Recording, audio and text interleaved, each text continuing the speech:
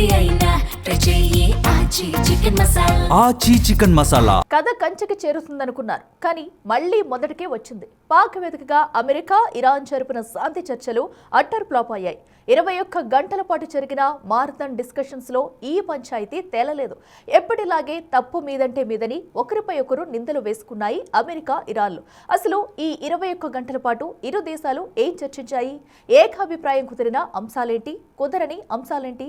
ఇప్పటి ఇంపాక్ట్ ప్రపంచంపై ఎలా ఉండబోతుంది?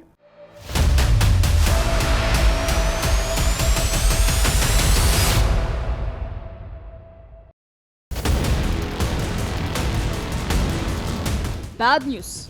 ఒప్పందం కుదరలేదన్న అమెరికా,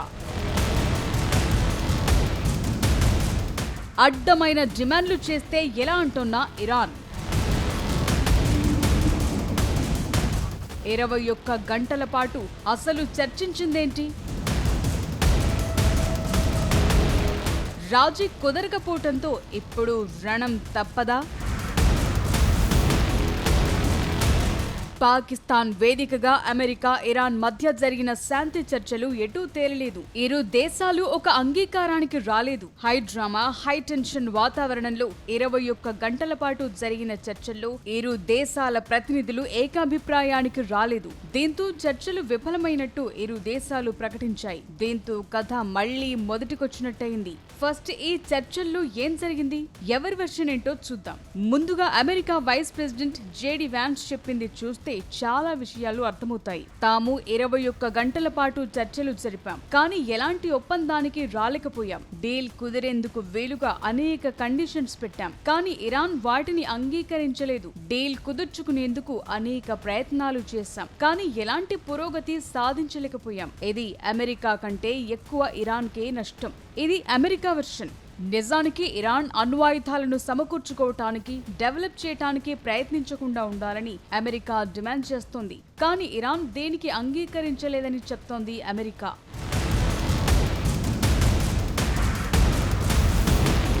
ఇక ఇరాన్ విషయానికొస్తే కుండబద్దలు కొట్టినట్లు చెప్తోంది. అసలు అమెరికా చేసినవన్నీ అర్థం లేని డిమాండ్లని చెప్తోంది ఇరాన్. ఈ డీల్ కుదరకపోవటానికి అమెరికానే కారణమని తేల్చి చెప్పింది. యుద్ధంతో సాధించలేని వాటిని ఈ డీల్ కండిషన్స్ గా పెట్టి తమ ముందు ఉంచారని చెప్తోంది ఇరాన్. ఈ డీల్ కుదుర్చుకునేందుకు చాలా ప్రయత్నాలు చేశామని, కానీ అమెరికా తీరుతో విసిగిపోయానంటోంది ఇరాన్. అంతేకాదు, ఉట్టి చేతులతో జేడీ వ్యాన్స్ తిరిగి వెళ్లిపోయారంటూ సెటైర్లు కూడా వేసింది. అనేక అంశాలపై ఏకాభిప్రాయం కుదిరినా 2 విషయాలపై మాత్రం ఏకాభిప్రాయం కుదరలేదని, అదే ఈ డీల్ కుదరకపోవటానికి కారణమని తెలిపింది ఇరాన్. సో ఎవ్వరూ తగ్గటం లేదు, ఎవ్వరూ వెనకడుగు వేయటం లేదు. ఫలితం హర్ముజ్ జలసంధి మూసే ఉంటుందని ఇరాన్ ప్రకటించింది. ఇరాన్ పై అమెరికా, ఇజ్రాయెల్ దాడులు చేయక తప్పని పరిస్థితి. కానీ ఒక విషయం మాత్రం క్రిస్టల్ క్లియర్. ఈ చర్చలు విఫలం కావటానికి ప్రధాన కారణం ఇరాన్ అణు కార్యక్రమాలను పూర్తిగా నిలిపివేయాలని అమెరికా డిమాండ్ చేయటం. దానికి ఇరాన్ ససేమిరా అనటం.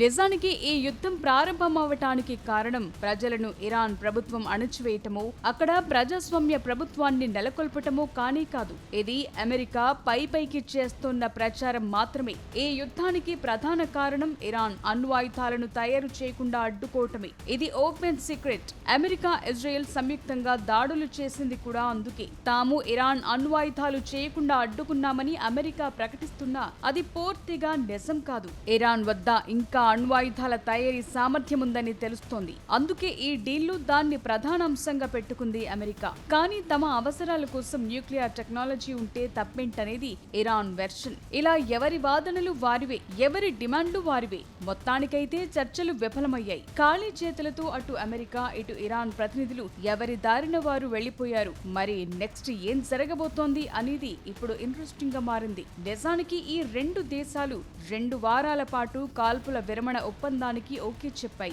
ఇప్పుడు అది బ్రేక్ అయ్యే అవకాశం కనిపిస్తోంది.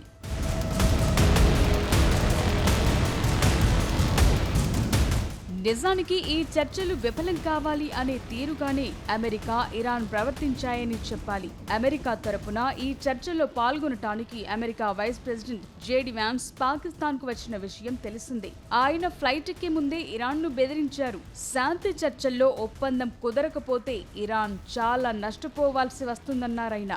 మరోవైపు చర్చల్లో పాల్గొనేందుకు 71 మంది ఇరాన్ బృందం అమెరికాకొచ్చింది. ఈ సందర్భంగా ఇరాన్ పార్లమెంట్ స్పీకర్ ఘాలిబఫ్ కీలక వ్యాఖ్యలు చేశారు. అమెరికాను నమ్మే పరిస్థితుల్లో తాము లేమన్నారు. ఇలా 2 వర్గాలు అనుమానంతోనే పాకిస్తాన్లో అడుగులు పెట్టాయి. ఆ అనుమానాలే బలపడి చర్చలే విఫలమయ్యాయి. అంతేకాదు, ఓవైపు చర్చలు జరగటానికి ముందు, జరుగుతున్న సమయంలో కూడా ఇరు దేశాలు ప్రవర్తించిన తీరును కూడా చూడాలి. అమెరికా ప్రెసిడెంట్ డొనాల్డ్ ట్రంప్ కూడా ఇప్పటికే ఆర్మీని అలర్ట్ చేశారు. ప్రస్తుతం పశ్చిమాసియాలో అమెరికా సైన్యం 50,000 దాటింది. ఒకవేళ చర్చలు విఫలమైతే ఇరాన్లో విధ్వంసం సృష్టిస్తామని అమెరికా ఇప్పటికే స్పష్టం చేసింది. ఈ క్రమంలోనే 2,000 మంది పారా ట్రూపర్లను ఇప్పటికే రంగంలోకి దింపింది. అట్లాంటిక్ మీదుగా USS George Bush carrier group, Pacific నుండి USS Boxer amphibious group Gulf వైపు ప్రయాణం ప్రారంభించాయి. అమెరికా యుద్ధ విమానాలు, అటాక్ ఎయిర్ క్రాఫ్ట్స్ ఇప్పటికీ తమ స్థావరాలను చేరుకున్నాయి.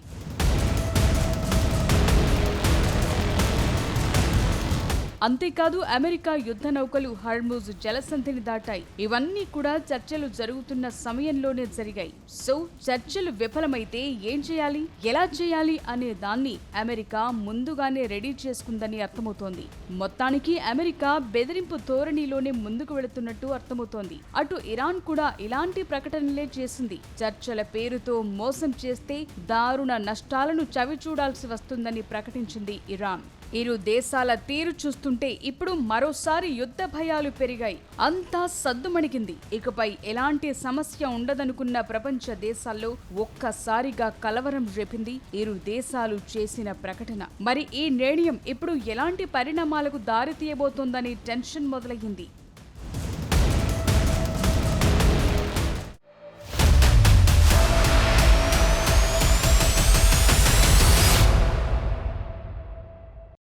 అమెరికా, ఇరాన్ మధ్య చర్చలు విఫలమయ్యాయి. మరి ఇప్పుడు ఏం జరగబోతుంది?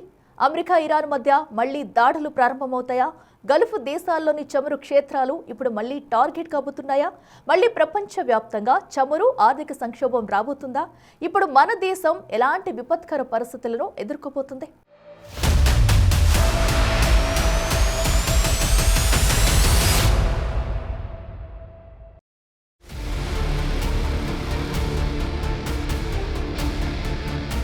చర్చలు విఫలమైన తరువాత కాదు, చర్చలు ప్రారంభానికి ముందు నుంచే గల్ఫ్లో పరిణామాలు వేగంగా మారుతూ వస్తున్నాయి. ఇప్పటికే అమెరికన్ ఆర్మీ మోహరింపులు పెంచుతుండగా హర్ముజ్ జలసంధిలో మరోసారి రాకపోకలు పూర్తిగా నిలిచిపోయాయి. దీంతో ప్రపంచ వ్యాప్తంగా మరోసారి చమురు సంక్షోభం రాక తప్పని పరిస్థితి ఏర్పడింది. నిజానికి హర్ముజ్ జలసంధి పాక్షికంగా తెరుచుకుంది. కానీ ఇప్పుడు పరిస్థితి ఒక్కసారిగా మారిపోయింది. ఇదే సమయంలో అమెరికా ఓ ఇంట్రెస్టింగ్ స్టేట్మెంట్ రిలీజ్ చేసింది. హర్ముజ్ లో ఇరాన్ ఏర్పాటు చేసిన సీ మైన్స్ ను తొలగించే పనిలో అమెరికన్ నేవీ బిజీగా ఉందని సెంట్రకామ్ ప్రకటన చేసింది. ఒకవేళ అమెరికా సీ మైన్స్ ను తొలగించినా ఇరాన్ దాడులు చేయదనే గ్యారంటీ లేదు. దాంతో ఏ చమురు రవాణా ట్యాంకర్ అయినా ధైర్యంగా ఇప్పుడు హర్ముజ్ ను దాటే సాహసమైతే చేసే పరిస్థితి లేదు.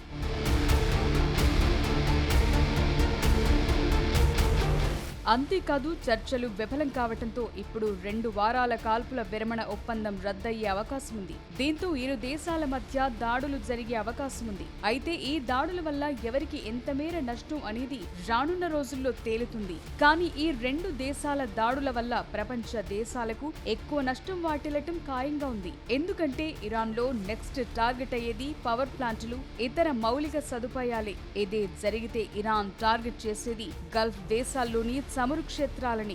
అదే జరిగితే అమెరికాకొచ్చే నష్టం ఏమీ లేదు. కానీ భారత్ సహా అనేక ఆసియా దేశాలకు జరిగే చమురు సరఫరాకు బ్రేక్ పడే అవకాశం ఉంది. హర్ముజ్ ను మూసివేస్తేనే విలవిల్లాడిన దేశాలు ఇప్పుడు ఏకంగా చమురు క్షేత్రాలు ధ్వంసమైతే మాత్రం పెను ప్రభావం తప్పదని చెప్పాలి. ఇది మొదట చమురు సంక్షోభానికి, ఆ తరువాత ఆర్థిక సంక్షోభానికి దారితీయక తప్పదు.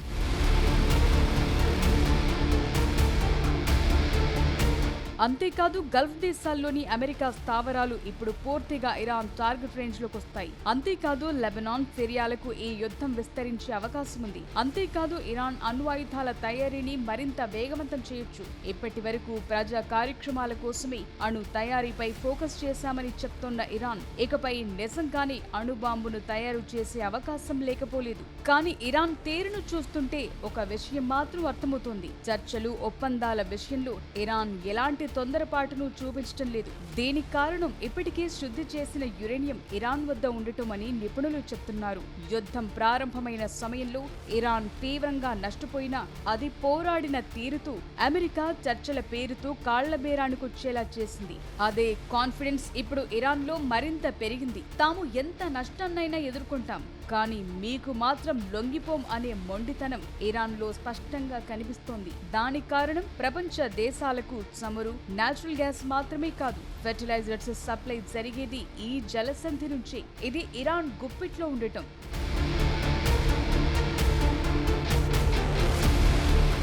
నిజానికి ఇరాన్ ధైర్యం హర్ముజ్ జలసంధి. ఈ జలసంధిని మేం స్వాధీనం చేసుకుంటామని ఇప్పటికే అమెరికా అధ్యక్షుడు డొనాల్డ్ ట్రంప్ పలుసార్లు ప్రకటించారు. భారీగా సైన్యాన్ని మోహరిస్తున్నారు, యుద్ధ నౌకలను పంపిస్తున్నారు. అయినా అదంత సులభమైన విషయం కాదు. ఎందుకంటే Iran cheap drones, sea mines, అక్కడి భౌగోళిక పరిస్థితులు. ఇరాన్ వైపు ఉన్న భూభాగంలో మిసైల్స్ ను మోహరించింది ఇరాన్. ఇప్పుడు డ్రోన్ బోట్స్ ను కూడా బరిలోకి దింపింది. ఒకవేళ ఈ ప్రాంతాన్ని చేజిక్కించుకోవాలనుకున్నా అమెరికా భారీ మూల్యం చెల్లించుకోక తప్పని పరిస్థితి. అందుకే నేటో దేశాలను అడ్డుకునే పరిస్థితికొచ్చాడు ట్రంప్. అయినా డోంట్ కేర్ అంటున్నాయి దేశాలు. దీంతో తన ఆర్మీని, దాడులను బోచీగా చూపి ఇరాన్తో ఒప్పందం చేసుకోవాలని చూశారు. బట్ తగ్గేదేలే అంటోంది ఇరాన్.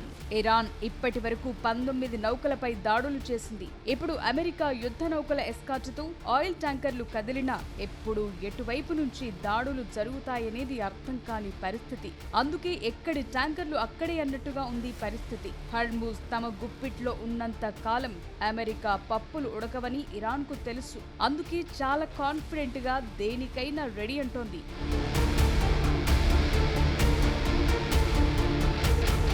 ఎప్పుడైతే ఇరాన్ అధినాయకత్వం అంతా మరణించిన తరువాత కూడా ఇరాన్ అమెరికాతో యుద్ధాన్ని కొనసాగించిందో అప్పుడే అమెరికా వ్యూహం దెబ్బకొట్టింది. ఖర్చు తడిసి మోపెడయ్యింది. సొంత దేశంలో విమర్శలు మొదలయ్యాయి. $1 బిలియన్ నిధులు ఆవిరవుతున్నాయి. ఇప్పుడు మరికొన్ని రోజుల పాటు యుద్ధం చేసినా మళ్లీ ఇరాన్తో చర్చలు జరపక తప్పని పరిస్థితి. ఈలోపు అమెరికా పరువు పోతుంది, ఇరాన్ మరింత నష్టపోతుంది. కానీ ప్రపంచ దేశాల్లో మాత్రం సంక్షోభం రాక తప్పని పరిస్థితి.